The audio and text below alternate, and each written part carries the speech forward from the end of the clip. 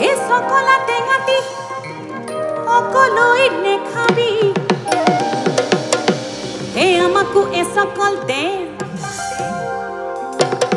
এই ৰঙা গৰাৰ তললৈ এনেকৈ নেযাবি হে আমাকো লগতে নে ঐ ইটোক দেখি মোৰ গা জিন জিন জান জান জিন জিন জান জান উহুৰ পাৰ পিপিৰ পাৰ কৰে জান হুই ইটোক দেখি মোৰ গা জিন জিন জান জান জিন জিন জান জান কৰে ইটোক দেখি মোৰ গা জিন জিন জান জান জিন জিন জান জান উহুৰ পাৰ পিপিৰ পাৰ কৰে জান হুই ইটোক দেখি মোৰ গা জিন জিন জান জান জিন জিন জান জান কৰে নৈ মালিনীৰ ৰঙা গধা পানী নুজি মিলিয়া ও পানী নুজি মিলিয়া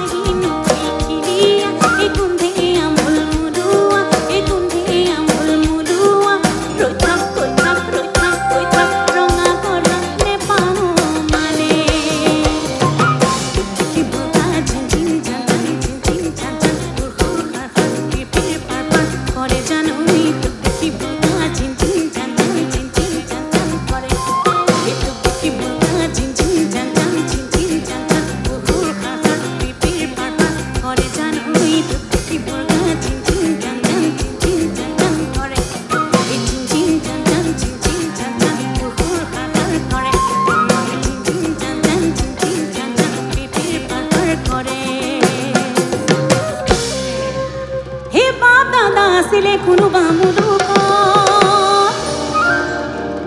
এই পিছে আমি বিহু গাব জানো হে হাই হুঁচৰিম গৈ মইনা তোমাতে পুখুৰী তোমাতে পুখুৰী পাৰত কৰিম গৈ চালন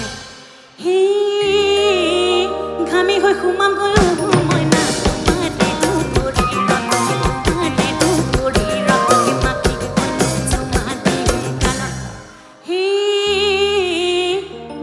হুঁচৰিম গৈ মইনা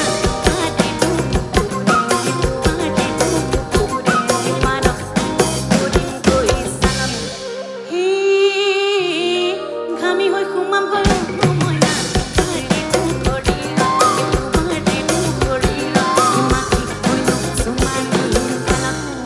মইনা জান তোমাৰে ঐ বেজানত মইনা জান এই জাতি দৈনে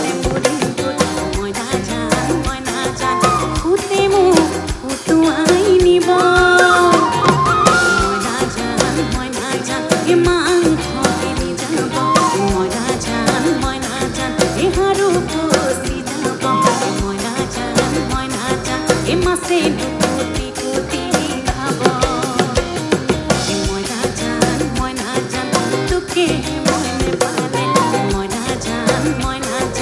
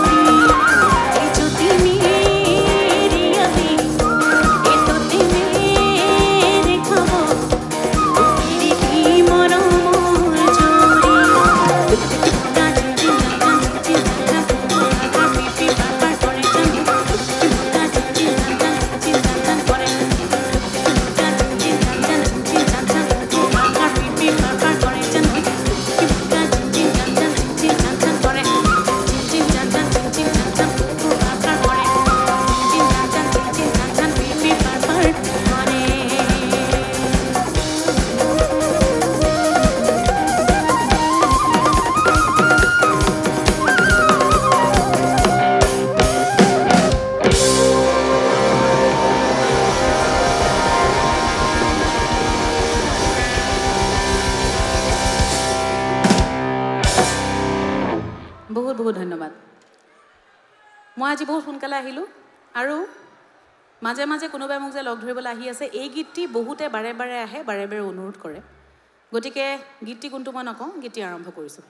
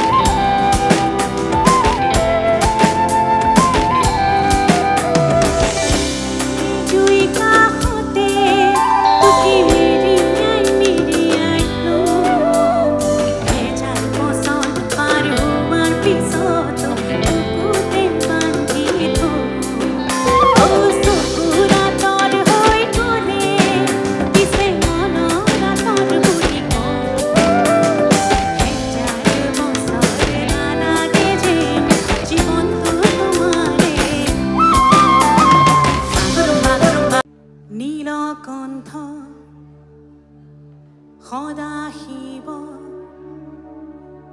জটাধাৰী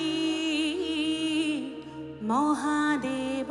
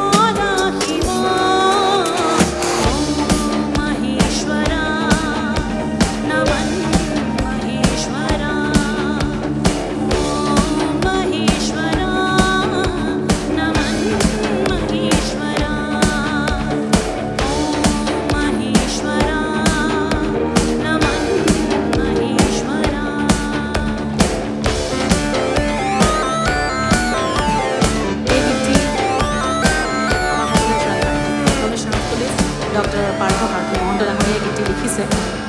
গীতটি মই ফোন কৰিছিলোঁ তাৰ কিছুমান আগতে ৰিলিজ কৰিছোঁ আপোনালোকে শুনি ভাল পালে ভাল লাগিব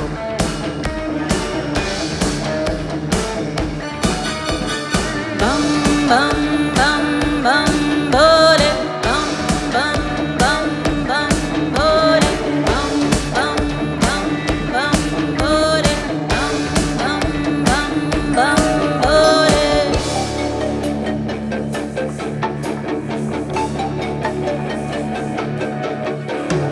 তোমার নিত্য উদীপ্ত স্বর্গ মতল মর্য তোমার ইচ্ছাত শ্রী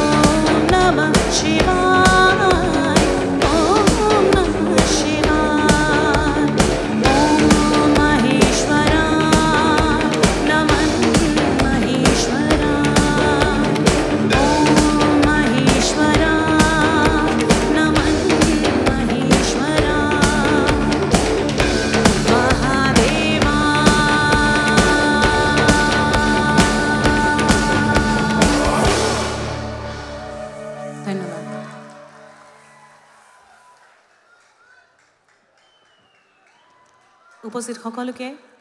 নৱবৰ্ষৰ লগতে ৰঙালী বিহুৰ বহুত বহুত শুভেচ্ছা শুভকামনা জ্যেষ্ঠজনক সেৱা জনাইছোঁ আৰু বাকী সকলোলৈ বহুত বহুত অভিনন্দন শুভকামনা এখন চিনাকি মঞ্চ মোৰ খুব মৰমৰ প্ৰিয় মঞ্চ আজি আমি কিছু মুহূৰ্তৰ আগতে জুবিনদাক যেতিয়া সন্মানকণ দিয়া হ'ল যেতিয়া বঁটাটি প্ৰদান কৰা হ'ল ইমানবোৰ অভিজ্ঞ জ্যেষ্ঠ শিল্পীসকলৰ লগত মই মঞ্চত একেলগে থিয় হৈ আমি যে সুধাকণ্ঠ ডক্টৰ ভূপেন হাজৰিকা ডাঙৰীয়া এটি গীত একেলগে গাব পাৰিলোঁ এইটো আচলতে মোৰ সৌভাগ্য আৰু এই সুন্দৰ ক্ষণটিৰ অংশীদাৰ কৰি তোলাৰ বাবে মই সঞ্জয় দাক প্ৰমুখ্যে অনুষ্ঠানৰ উদ্যোক্তাসকলক আন্তৰিক ধন্যবাদ জ্ঞাপন কৰিছোঁ খুব এটা সুন্দৰ মুহূৰ্ত আছিলে সঁচাকৈ আপোনালোকৰ কেনেকুৱা অনুভৱ হৈছে মই নাজানো কিন্তু এগৰাকী শিল্পী হিচাপে মই যথেষ্ট গৌৰৱ অনুভৱ কৰিছোঁ আৰু খুব সৌভাগ্যৱান যেন লাগিছে ধন্যবাদ এইখন মোৰ ঘৰৰে মঞ্চ গতিকে যদিও দেৰি হৈছে সঞ্জয় দাক ফোন কৰি পেলাই অকণ দমো দিছোঁ বাৰু সেইটো বেলেগ কথা কিন্তু ইয়াতে আমি সদায় দেৰিকেই উঠোঁ আৰু সদায় ৰাতিপুৱাইহে ঘৰলৈ যাওঁ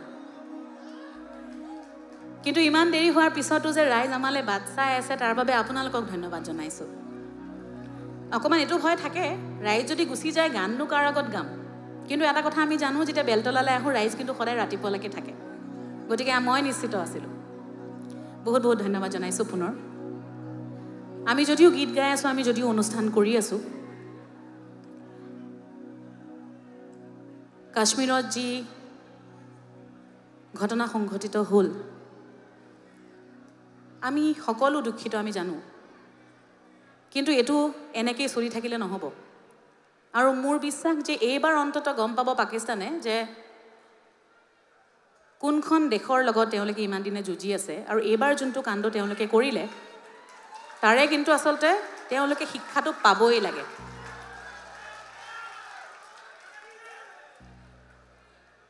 কিন্তু যদিও শিক্ষাটো পাব পাছত পাব তাৰ আগতে কিন্তু আমি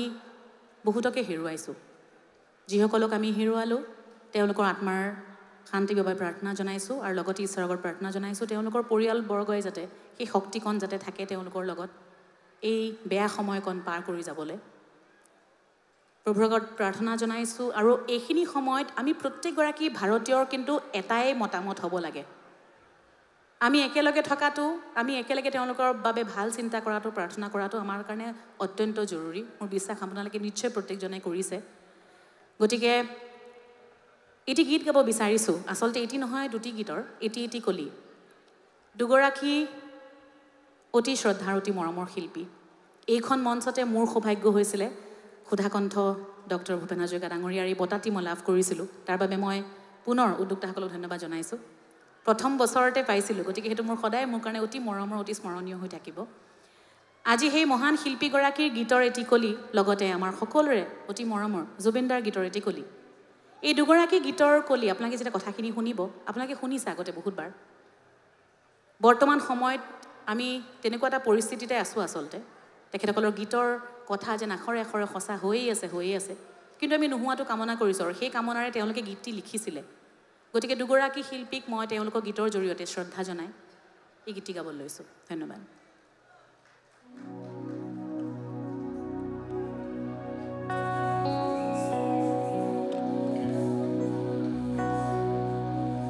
আমি অসমীয়া নহওঁ দুখীয়া বুলি সান্তনা লভিলে নহ'ব আজিৰ অসমীয়াই নিজক নিচিনিলে অসম ৰসাতলে যাব আমি অসমীয়া নহওঁ দুখীয়া বুলি সান্তনা লভিলে নহ'ব আজিৰ অসমীয়াই নিজক নিচিনিলে অসম ৰসাতলে যাব আমি অসমীয়া নহওঁ দুখীয়া বুলি সান্তনা লভিলে নহ'ব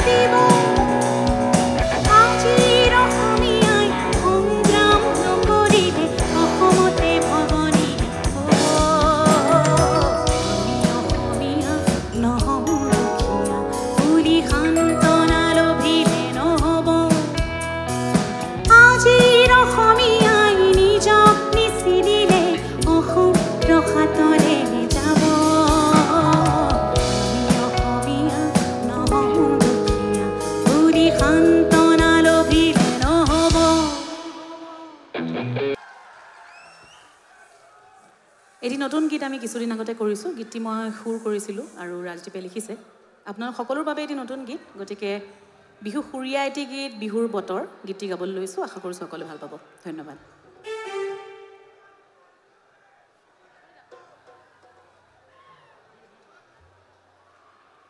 এই ধোঁৱাটোহে মোক নালাগে বৰ দিগদাৰ কৰে ধোঁৱাটোৱে মোক দেখিবলৈ ধুনীয়া লাগে বাৰু মুখে অকণমান দিগদাৰ কৰে